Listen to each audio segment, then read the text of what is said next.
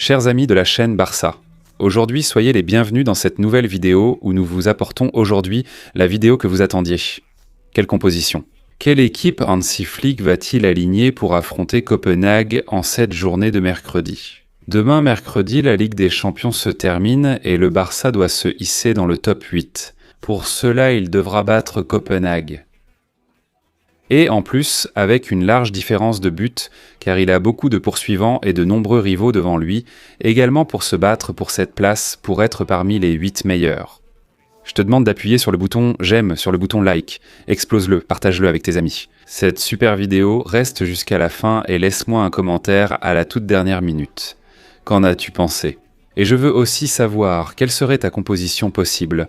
Je vais commencer par le poste de gardien, où il n'y a absolument aucun doute ici. Et le Barça espère pouvoir compter sur le bon Joan Garcia, le gardien catalan, le chat, celui de Salem qui est à un niveau magnifique et qui sur sa ligne doit essayer de faire en sorte que le Barça n'encaisse aucun but, parce que la différence de but est super importante. Le Barça doit se battre pour garder sa cage inviolée et essayer de marquer le plus de buts possible. Dans les buts, il y aura Joan Garcia. Nous continuons avec le latéral droit, où je pense qu'après les rotations. Lors du match contre Oviedo, où Jules Koundé s'est reposé, demain mercredi, le Français devrait bien occuper ce poste de latéral. Par conséquent, le Barça mise aujourd'hui sur Jules Koundé. Pour le poste de latéral droit, confiance totale en le Français et à gauche, c'est la même chose. Il s'est également reposé contre Oviedo. Hansi Flick l'a mis sur le banc en tant que titulaire et je pense qu'Alejandro Valde doit jouer demain. Donc Valde à gauche, titulaire lors du match contre Copenhague. En charnière centrale, nous allons sortir avec une équipe qui me plaît beaucoup. À droite, Paco Barsi menant la défense du Barça. Et à ses côtés, j'attends Gérard Martin. Voici selon moi la défense que Barcelone va aligner.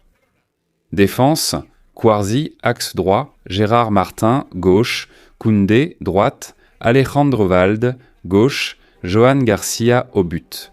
Nous arrivons au moment crucial, suscitant le plus de doutes. Pourquoi? Parce que pour ce match, chers amis culés, nous n'avons pas à disposition les 2 meilleurs milieux de terrain du monde. Et du Barça, bien sûr, Pedri González ne sera pas là et le capitaine Frenkie de Jong non plus. Qui va couvrir ces absences? Eh bien, selon mon humble avis, je pense qu'au milieu de terrain du Barça, attention, il va aligner les joueurs suivants, comme milieu central, comme pivot. Je pense que nous verrons Monsieur Eric Garcia, le Barça se placera au centre du terrain. Eric Garcia pour donner de la solidité, pour apporter de la puissance et aussi pour donner une bonne direction à la construction du jeu. Eric Garcia, excellent distributeur du jeu, peut jouer à ce poste avec le ballon. Eric presse, Eric mord, Eric a de la qualité.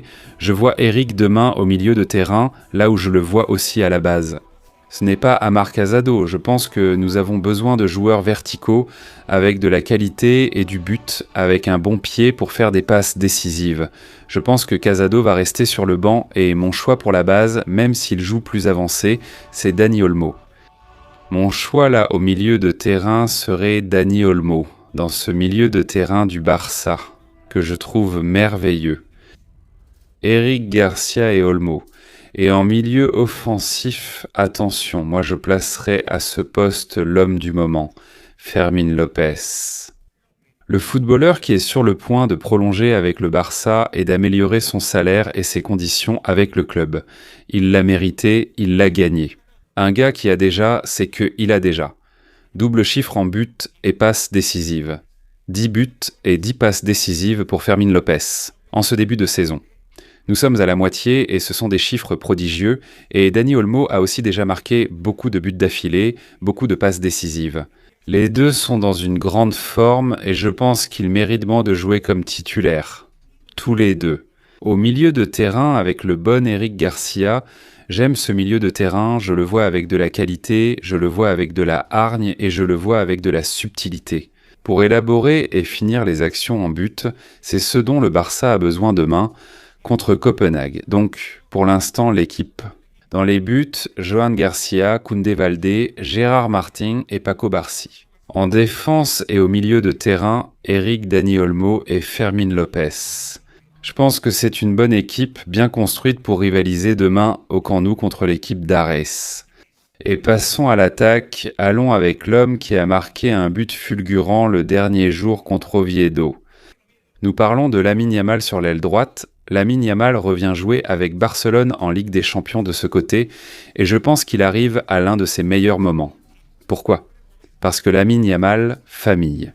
J'ai l'impression qu'il a surmonté, ou qu'il est en train de surmonter à presque 100% sa blessure à la pubalgie du pubis. Il provoque de plus en plus, il va de plus en plus vite, on voit de plus en plus de gestes techniques de Lamine Yamal dans le dribble à l'arrêt et l'accélération, c'est très fluide chez Lamine et je pense qu'il est en train de retrouver son meilleur niveau. Donc demain, Lamine Yamal remporte le pari pour l'attaque du Barça, sur le couloir droit, aux côtés de Jules Koundé. Il doit être une véritable menace sur ce côté et de l'aile droite, on passe à l'aile gauche. Sur ce flanc, où Alejandro Balde aura comme coéquipier un Rafinha qui a marqué un superbe but d'un lob. Astucieux, le Brésilien, face à Oviedo, pique le ballon au-dessus du gardien Aaron Scandell pour un petit but. C'est un renfort qui le motive et augmente son estime de soi. Pour Rafinha, qui venait de 2 matchs un peu en dessous jusqu'à son retour, il avait raté un match à cause de gêne et il est revenu mais il n'était pas bien.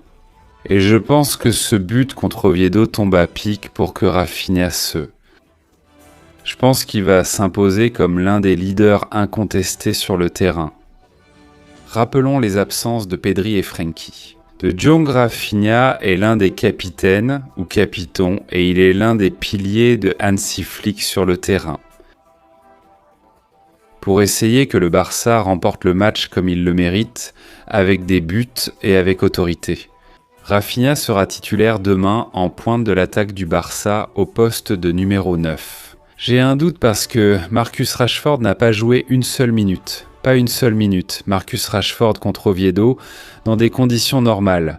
Lors d'une soirée de Ligue des Champions ambitieuse comme celle-ci, le numéro 9 serait Ferran ou Lewandowski. Qui sont là, bon, Ferran a des gènes, et d'un autre côté, Lewandowski vient de jouer contre Oviedo. Je pense que Marcus Rashford va jouer, honnêtement, parce qu'il est très frais, et en seconde période, nous verrons Lewandowski. Parce que je pense qu'ici, la gestion des minutes compte beaucoup et Flick veut ménager ses joueurs. Lewandowski a un certain âge et je pense que la jeunesse de Rashford va l'emporter, car il a les jambes fraîches et le Barça a besoin de buts. Demain, il sera devant.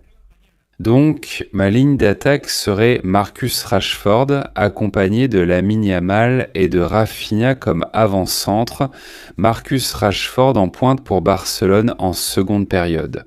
Eh bien, tu as la carte de Robert Lewandowski pour l'aligner en seconde mi-temps. J'aime bien cette équipe, qu'en penses-tu ? Dis-le-moi dans les commentaires. Barça hier, Barça aujourd'hui, Barça toujours. Merci les amis, on se voit demain, merci.